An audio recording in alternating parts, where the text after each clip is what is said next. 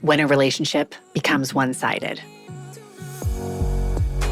Welcome to your daily hit of grace and grit, your quick dose of inspiration to kickstart your day. This show is proudly sponsored by Rumble and Rise. To find out more about joining Rumble and Rise, head on over to graceandgrit.com/ready to rumble. I'm Courtney Townley, and here is today's hit. One of the clearest signs of midlife is that your body will no longer tolerate the relationship dynamics that your younger self normalized. What you once called patience, loyalty, or being the strong one now shows up as exhaustion and resentment and a nervous system that never fully powers down. For years, you may have been the regulator in the relationship. So the one who listens more, anticipates more, gives more, adapts more. And because you were capable of it, it became the norm. It became your role.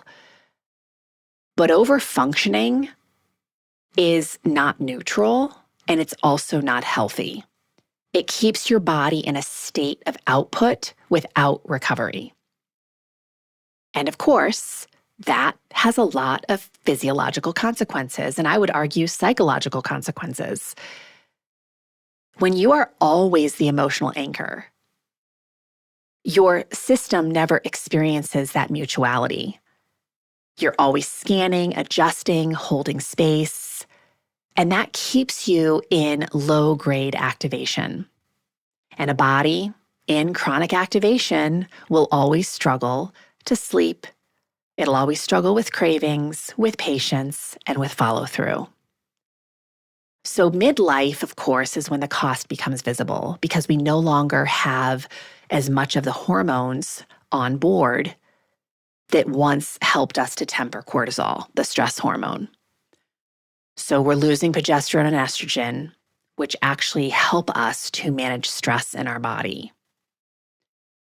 Now, please don't hear me saying that this is about labeling the other person as wrong or ditching your relationships altogether, although sometimes that can be a healthy move.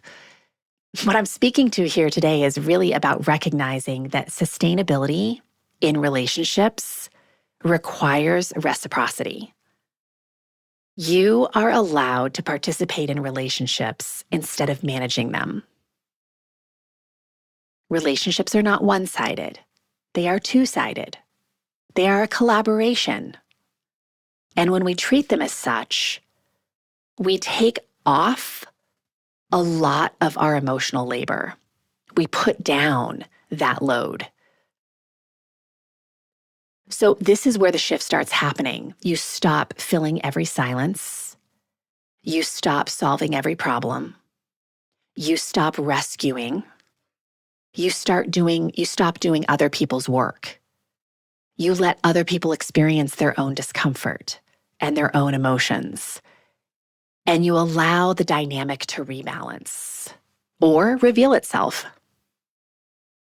And I'm not going to lie, that moment, that decision is incredibly uncomfortable because it requires you to release the identity of being the one who holds everything together for everyone.